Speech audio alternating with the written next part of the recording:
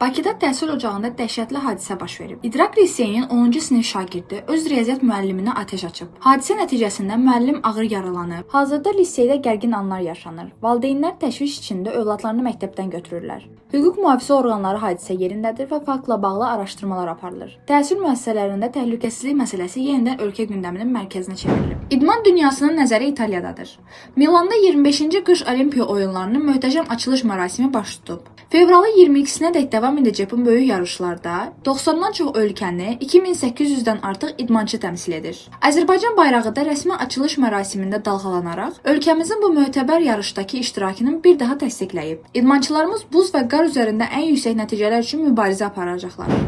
Pakistanın paytaxtı İslamabadda məsciddə baş verən və ən azı 31 nəfərin ölümü ilə nəticələnən qanlı terror aktı dünyayı sarsıdıb. Azərbaycanın dərhal verdiyi rəsmi başsağlığına Pakistanın Xarici İşlər Naziri Məhəmməd İshaq Dar təşəkkür edib. Nazir Azərbaycanla həmrəyliyin bu çətin gündə onlar üçün böyük dəstək olduğunu və terrorizmlə mübarizədə qətiyyətlərinin sarsılmaz olduğunu vurğulayıb.